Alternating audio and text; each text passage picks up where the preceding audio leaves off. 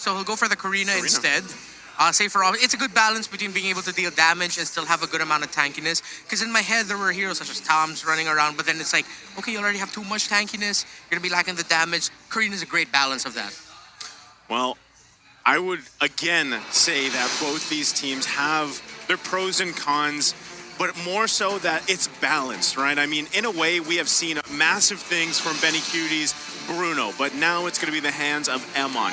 The question, too, is how do you actually utilize this Atlas if you're Echo, knowing that you're playing against the Time's Journey? Even though it's not a fair miss, in a way, you still really have to work around that ultimate alone. So in order for success to happen for either of these teams, those boxes have to be checked, the CC has to be handled, and then you need to allow those gold laners to really shine. The thing is, too, we were wondering about the Beatrix, and now it's Echo's turn. First picking it, by the way, and then on their side, their priority to see if it really does play out here for them. But we are going to be landing into the land of Dawn shortly, into game number 4 here. It's 2-1 Echo in favor versus RSG Philippines. The biggest thing that RSG needs to watch out for is a potential fast snowball by Echo. Because they have an Atlas, yes, you'll have a Time's Journey early on that could help out taking away those setups by the Fatal Links. Again, though, we've seen time and time again in lineups where it's roamer tank versus roamer support, squishy healer type, there is a risk of running a snowball here. And with the Karina, RSG really need to watch out for their positioning. Yeah, and you know, what I noticed too, now that this is the second time Demon Kite has picked the Paquito jungle, previous game he played it, he had the killing spree. Now he's got the high and dry, right? Is that just simply because he's not working against a Faramis ult? And using that kill, you know, the high and dry wouldn't have worked so well against Faramis when everybody's clumped around that Colt altar? Yeah, potentially too. There seems to be a lot of opportunities based on the lineup of Echo for Demon Kite to actually find pickoffs. And again, having someone like a Paquito with a jungle emblem, with a Assassin Emblem such as the high and dry means he can solo invade if he wants to, maybe catch Carl TZ off guard, or be just a massive threat in terms of split pushing, because he'll be able to split push well enough that one defender on the side of Echo might not be enough. Well, the way I read this high and dry is, for the first at least big engagement, RSG is going to go for alpha strikes. And if you can't find a big 4v4, 5v5 fight, then yeah, Demon Guy's going to find that kill, and then the high and dry is going to help him do that. It'll help quell the early game advantage that Echo has in these huge team fights that all dudes are in. Mm-hmm. Yeah, and again, working around the ultimates, the CC coming out from Echo. Quiet. It's a quiet game because still a lot is, even though technically the team that loses here in this series, it still has a chance. Obviously, they want to secure that slot for them going forward, but already Turtle going to be worked on half health. And it's clearly going to go to Echo's side here. You're weighted in reverse time onto Sanford. It's his turn to play the Uranus, and it's working wonders. It's able to draw a line between Echo and RSG, and yeah, this is that early game advantage y'all were talking about. Yeah, safe, fast rotations for Echo to get to the point where just when Demon Kite started taking his second purple buff, Echo were already secured the turtle. So let's see if they'll keep this tempo up, because again, they definitely can, and if they do, Rsg Ph might not even be able to reach to the point where their Farce and Bruno will be a threat. You know, and since there's not, I mean, early on, 3 minutes in, no one's gone down just yet, although Echo is waiting in the bushes there. But the thing, too, I want to point out with Emon this time, right? First time we saw Bruno in the series, it was running the Weapon Mastery. Now he's got the Electro Flash. He's going to be looking to get in proper positioning, fighting around Echo what they're throwing at him. Because, again, we know that Yowie's going to be looking for the Fatal Links, but how different is that, Renmar? I mean, with the emblem swap up for the Bruno. Well, for the Bruno, the Electro Flash, it gives him that extra movement speed, you know, every basic attack. It's not always, there's a proc to it, but it allows him to just give a little bit of wiggle room to get the safety and be able to damage from a safe distance. And this is that high and dry advantage you're looking at right now. If they can't force these 5v5s, 4v4s, but look, Echo with the clapback, Yowie with a perfect match, misses the Fatal Links as Demon Kite dodges out of range. Fast hands there. Oh, RSG aggressive here in the bottom lane against Benny. Down bottom, it's their turn to try a gank. That's 3 men leaving their target. Now this is a fairer fight. It's a tag team 2v2. Nats just really keeping that demonic force close to chest. Yeah. And that next turtle is going to be a fairer fight as well. 77 seconds until the flicker of Yaoi comes back up. So Rsg Ph don't need to worry so much about just getting flicker fatal links up in their faces. Aqua should be very happy. Not only that, but I mean, the fatal links isn't up just yet too. It could come up by the time they actually commit to this turtle. But, I mean, Echo already has the information they need. They're going to set up around it. Both gold laners still on the bottom side. Look at this immaculate pull, an immaculate feathered airstrike, though. The answer by Aqua, very low. Force the feathered airstrike away. Demon Kite secures it right in this scuffle. Demonic force by Nats. Come on, a slam. If you want to jam. Putting Sanford very, very low, forcing out a retreat from the rest of Echo. So you saw there what something that Aqua needs to watch out for later into the game once Lily has more items. Sanji knows his assignment. Okay, I'm going to try to get to the back line. As a Lilia, you can because you can just Black Shoe safely away and just throw bombs into Aqua's feet to potentially force the feathered airstrike off early. But right now, Aqua doesn't need to worry so much, and it's Echo worrying about the feathered airstrike of the Farsa instead. Yeah, and so Echo's looking to make a play here on the bottom side. Might just get the turret, already forcing a flicker out, though, from Light. So in a way, without doing much, they at least get that out. Plus the turret, that's a nice little advantage for Echo. Yeah, great trade there, and great call by Echo to do that. Instead of them snowballing in the sense of, all right, winning team fights, getting the pickoffs, their snowball idea is, all right, let's just get our gold laner out ASAP. Let's delay the Bruno as much as we can. Oh, bombs away. Y'all see that? The damage on Aqua again, forced to be put in a perilous position. Now it's Sanji early popping the Black Shoes, sending Benny Cutie home. It's so uncanny. I'm not comfortable here, guys. We've been playing slobber knockers back to back to back, and now they're so... They're doing a pacifist run. We're literally linked in on the mind right now because I was thinking the same thing. I was like, and the heart. And the heart, the soul, and everything else, right? How's Francis feeling? Well, I agree with you, man. 6 minutes in, no one's died. This is completely different from the previous 3 games we've seen. And it's not for the lack of trying. Yeah.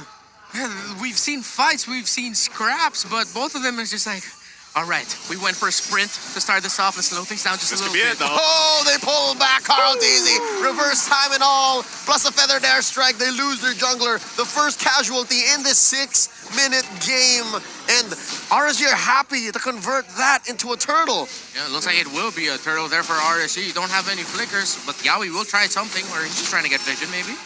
Let's see. Nats with the demonic force. Down goes Light. Sanford put so many stacks on him. Plus a fatal links. Down goes Demon Kite. It's Sanford who secures the turtle. What's going on? Nats as well popped right there by Benny Cutie. Even without their jungler, Echo said, we can do this. Fatal links, Yaoi, and the Nibiru Smash and Benny Cutie setting up for Sanford to just stack and damage with Ionic Edge from the Uranus. Oh, dear Lord. Sanji taken down by Eman.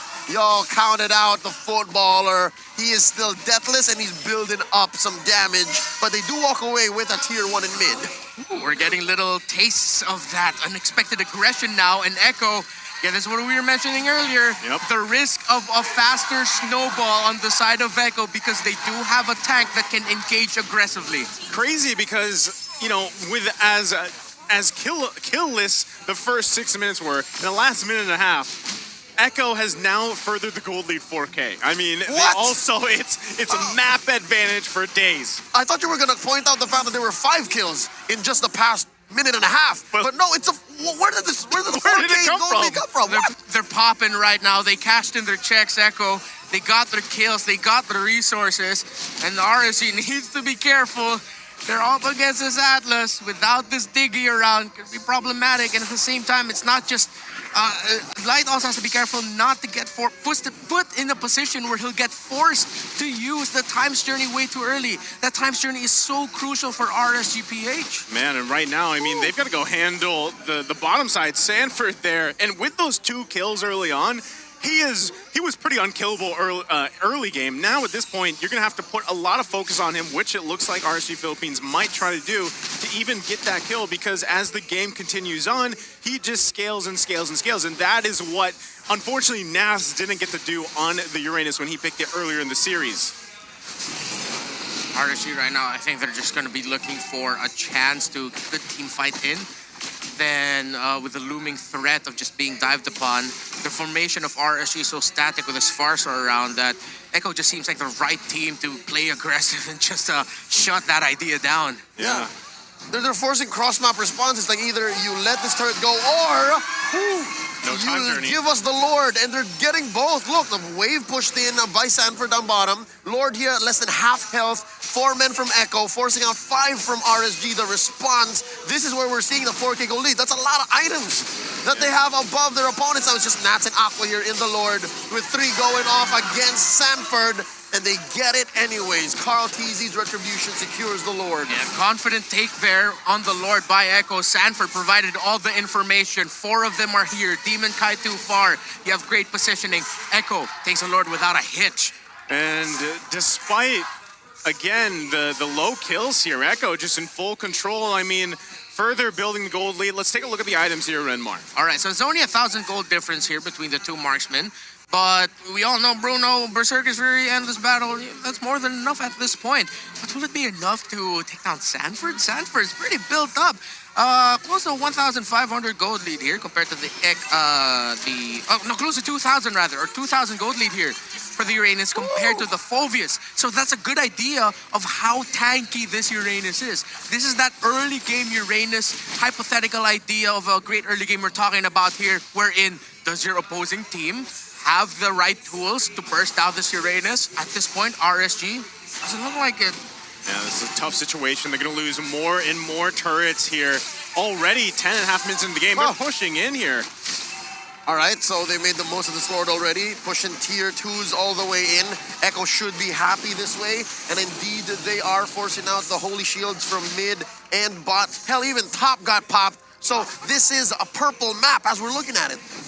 Echo right now in full control, and just a testament again to making the right call at the right time.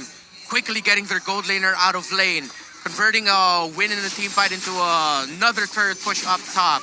Converting kills. Conversion, that's the theme right now for Echo. It's not a lot of action, but they're converting the little things into massive wins. This is also just a sign of, yes, Diggy is a great pick against Atlas, but is it really the choice for this whole team composition and in the bigger picture? Because what we're seeing is, again, RSG Philippines for the majority of this game, if not the whole game, a very difficult time on actually finding engagements. They are always in that position of let's react to Echo. That's been the story. That's what happens when you pick the Diggy. And reacting to Echo isn't where you're supposed to be. Again, I mentioned what the optimal approach was. Again, just reading the lineup.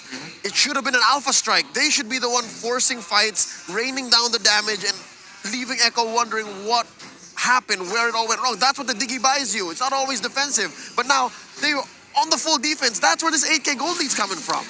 That team fight went earlier by Echo, wherein RSG picked off Carl Teasy, but they didn't expect Echo to just fight out, dive them, and then just get blasted by the Uranus of Sanford. Even Sanford getting that objective take there. I believe that was the second turtle of the game, if I'm not mistaken. That just completely changed the tempo of the game. It changed the possibilities of what RSG can do for an early game climb.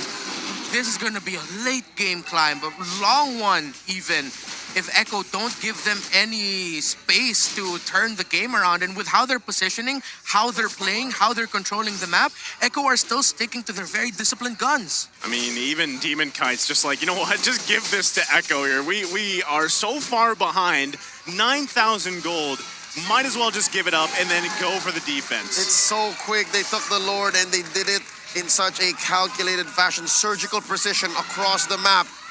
Folks, I wonder if you'll agree with me, but this is Echo's best impression of RSG at their finest. Yes. It's so procedural, it's so disciplined. This is RSG cosplay. Yeah, you can cover up the names. That looks like, hey, Exactly. wow, that's a great MSC 2022 RSG cosplay there. Right? It's kind of uncanny, and it's crazy too, because again, a lot of people's eyes were on Echo in this season's playoffs, especially what happened, how things transpired for them last season. So an amazing start here for them if they can definitely close this game out. This Lord marching down the bottom side will obviously get Echo to crack open the base of RSG Philippines. Still, even if they go on a full-on fight, a lot is going to have to fall in place for RSG. Oh, forcing out an early Black Shoes. There's the feathered airstrike from Aqua, so they'll have to wait for that bit of artillery to come back online. Mind you, there's still a flicker and a fatal links. on the lover boy down bottom. There's the Lord charging onto that inhibitor. Emma just kicking balls, trying to save his turret, but it's not gonna happen. They're gonna get what they want. Now mid is up next. Yowie, perfect match, looking for Aqua. Wow. Just spaced out the right way. Can they take down his inhibitor? The answer is no. They clear it out. Nats with the demonic force and the feathered airstrike. There you go. And he's still going. He's still going. Sanji's in trouble. Emma gets a crit onto that mage. Down goes Sanji. That was a heat check there by Eman. 3 hits. The moment Sanji got within range of his basic attack, he said, let me show you how much I hurt right now. And that is what Echo needs to be careful of. What I want to go back to is what Aqua did there at the start of that push. Immediately popping that feathered airstrike to make sure that the black shoes of the Lilia is gone. That is what RSG are targeting at in terms of their defenses. With the black shoes gone, you minimize the aggression of Echo by just a bit. But that little bit is enough to give you space. Not only that, but also just the fact that, I mean, Yowie held on to the Fatal Links. He held on to everything. I mean, even the Flicker. That's discipline, right? With the massive lead that they have, you almost, part of you expects, like, all right, this is Yowie. He's just going to, go in, initiate, and force the situation. But they didn't. So RSG Philippines managed to get a kill there on Sanji, like you guys mentioned. But still, it's a long road, a tough road ahead of them if they actually want to take this game. Because despite the low kill count, you cannot discount the gold lead, the economy lead right now. So, but again, this could possibly be the stepping stones they need to actually contest the next Lord. But already, is that something that RSG wants to actually risk? Because the whole time you also have Sanford putting pressure now on the top side. And he does so with impunity. He doesn't care. It takes so much for RSG to punish this Uranus. Hell, even that Lilia, you'll see what Sanji did underneath a feathered airstrike. How's that for a heat check? Even Sanji says, no, I'm feeling it too. What are you talking about there, Aqua? But Echo needs to watch out for that Farsa, definitely. Already picked up the Divine Glaive. This isn't a super tanky lineup on the side of Echo. Feathered Airstrike will be devastating. Rsg Ph might not be even able to get close enough to this Lord because look at Sanford. Yeah, and look at Light as well. All he can do is say, yeah, they're doing it. Yeah, they're doing it. And then Aqua responds with a feathered airstrike, so they'll have to wait for this. And I think that's a clear sign. Echo commits to this Lord. Look at this Nat popping the demonic force. Yowie looking for a perfect target. Sanford deals some damage. He secures the Lord. He's very low, but he got away with what he wanted already. Pops the immortality. Nay, he didn't have it. There it is on Yowie. And Yowie walks away. DK for DK once more. That's 2 down for Echo. I don't think they're going to be able to capitalize on this Lord they just secured. RSG showing signs of life. Great counter punish there by RSG, and the burst that RSG has for days is the trump card right now. We're in Echo. What happens when you've committed so much? What happens when you've used your abilities too early? RSG just showed it. Yeah, we can counter punish you. Despite that gold lead at 10K, RSG Ph has the damage. I mean, it's crazy to think, like, these small victories that RSG Philippines are finding are really, how does this work in their favor in the long run? Because, yeah, still, it is that massive gold lead for Echo. They've got to handle this Lord here, plus those powered-up minions, which they're doing pretty fine with. But still, Echo in a position to actually force a situation here if they want to. Barely holding on to this mid-turret, RSG Philippines will most likely have their base exposed and be in a tough situation because here comes Yowie. Oh no, mid lane seems to be the next on the docket. A failed Fatal Links to open up this engagement. Sanji forced these blast shoes into that war zone. Down goes the Lilia. Sanford getting jumped on by Nats. Benny Cutie punishes the bogus a little in too deep. Here comes Yowie looking for a frigid breath. Stunning, freezing, maybe even just one, and they end up with a trade. Sanji for Nats. Now it's Benny Cutie with his own heat check. All right, Nats, you're feeling the demonic force. I can just burst you down in the face. From 50 to 100, that's where Nats went. Oh no, they're looking to finish, but Aqua says, not here, not today. Oh, Yowie's here. Minions. And Yowie comes in with a Fatal Links. Aqua's life is in danger. Here comes Demon Kite. Thou shalt not kill my mage. Pushing them back. It's 4v4. Can they survive? The answer is yes, because Ammon is here. He's bringing the damage. Down goes the Atlas. Down goes Sanford. 2 for none. Oh man, they hold on here, Renmar. There's something about RSG right now. There's something I want to go back to earlier when we saw RSG before that first Lord fight that we saw. The camera panned on Demon Kite. And what was Demon Kite doing? I saw him smiling. I saw him laughing even. There's something about RSG right now where I feel like they're saying, guys, trust in our lineup. Trust in our burst, trust in our ability to wave clear and counter punish. And that's what it looks like RSG is trying to execute right now. The idea that they can turn this game around. They shrank the lead down to about 6,000 gold here, popping Sanji and then putting him in a very uncomfortable position. Even Aqua, yeah, he's been in peril this whole time. A huge target on that Farsa's back, but he's doing all right. This is gonna, again, Lord coming up here in just a couple seconds. Everybody's gonna be available and up here for this. Do they take this swiftly, or does it go in the hands of Echo? That's going to be super crucial here. Both of them starting it up. Again, look at the top side. Sanford will be putting pressure there alongside Benny Cutie. Oh no, can you smell it? Can you smell it? Shades of Echo. They've done this in the regular season. They're hiding Benny. They're hiding Benny. This might be it. It's a 3v4 here. Only Eman gonna respond to that feathered airstrike, spacing away the remaining members of Echo, and they're very low. Yaoi DJ? especially. Demon Gun, look at the base! Look at the base! They're not letting him go home! Benny Cutie! He's going for it! Benny Cutie! Benny! Benny! Damn you, Benny! Damn you! He did it again! They did it! They did it! History repeats itself!